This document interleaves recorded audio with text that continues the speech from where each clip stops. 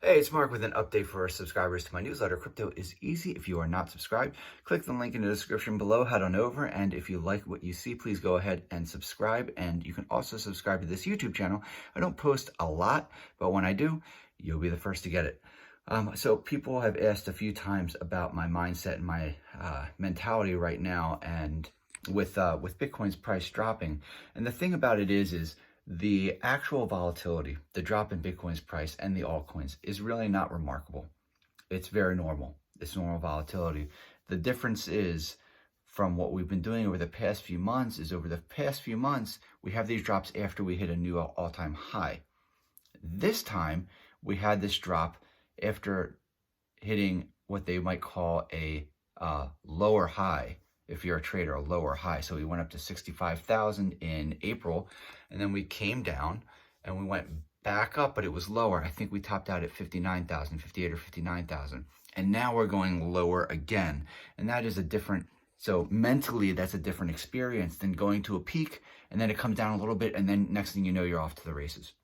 But that's the market. I mean, that's a normal experience in any market. You can't always go up.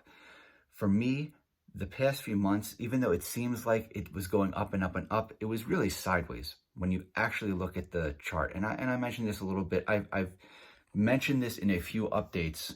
I think I even put that in my last month's issue. I'd have to double check. I'm probably wrong, but you can call me out if I'm wrong.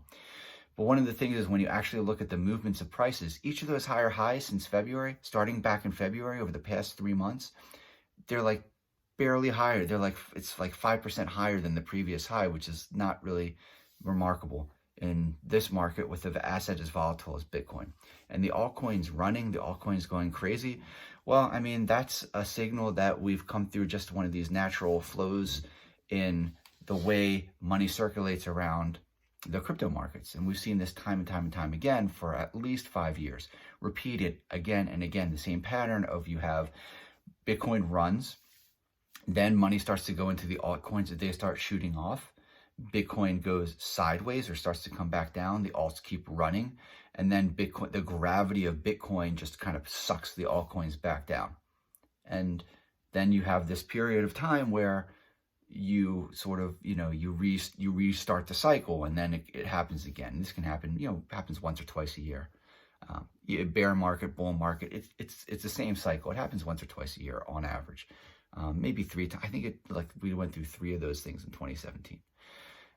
And that's a very normal experience. So my mindset is not concerned at all. If you are a paid subscriber, you know exactly what I'm doing right now. The fact that we had 3 months of essentially going sideways was great, because it meant that anybody who wanted to sell got a chance to sell. Well, for the most part. So obviously there are still people who are going to sell on the way down, either because they're trying to protect gains that they might have. If you bought Bitcoin, towards the end of last year or anytime last year, you're still sitting on massive gains. So if the price keeps going down, you may say, okay, good enough for me. I'm going to protect what I've already made and sell. Other people may just get worried, right? They put in too much money. Now it's going back down. Okay, I need to pull some money out. And there are always other reasons for people to sell. There are lots of reasons to sell. There are always sellers. For whatever reason right now, miners are not selling. What if they start to sell? Because they need money, right? They're miners. So all these things, they're sellers, but when you have this sideways movement, we went basically from 30,000 up 60,000, and then kind of went sideways. And what that did is it gave a lot of people who bought at 10,000, 20,000, 30,000, or even 40,000, it gave them a chance to sell. And so because they've already sold, they're not going to be selling when the price comes down. They don't have any Bitcoin to sell anymore. Now, they may have money. They may still have Bitcoin that they keep for themselves. And sure, they can still sell.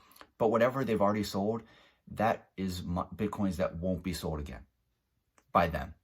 Less Bitcoin. It's basically what it is there's less Bitcoin to sell. So that helps raise the floor. Now, the new people will buy Bitcoin.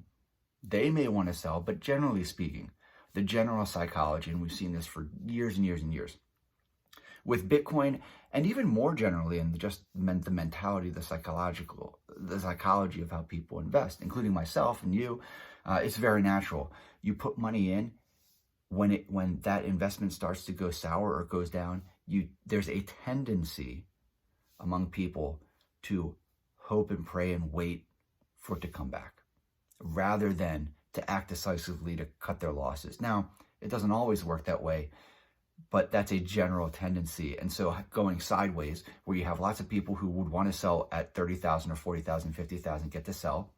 A lot of people who are buying at 30, 40, 50,000, even 60,000 coming in, they're likely to hold as the price go down. Oh, it's going to come back. It's going to come back. It's going to come back.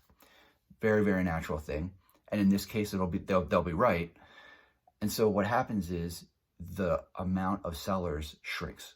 The amount of Bitcoins that people want to sell shrinks. And that raises the floor, so that by the time you get back down to 40,000, a lot of people who would have sold at 40,000 have already sold, and they're not going to sell anymore. And 40,000 is just a number, but that's basically the mechanism. That's what happens when the markets pause, when they have a few months to consolidate.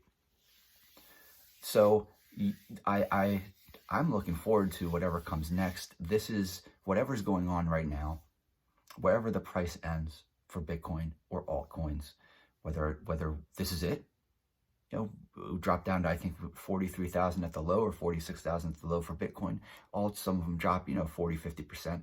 And that's it. Now we're in the clear. Now we move up. Or whether there's more bleeding or sideways or something else that has to happen. It's really good. And this is the foundation for whatever comes next. This is the foundation for the next leg up, wherever that takes us. Relax and enjoy the ride.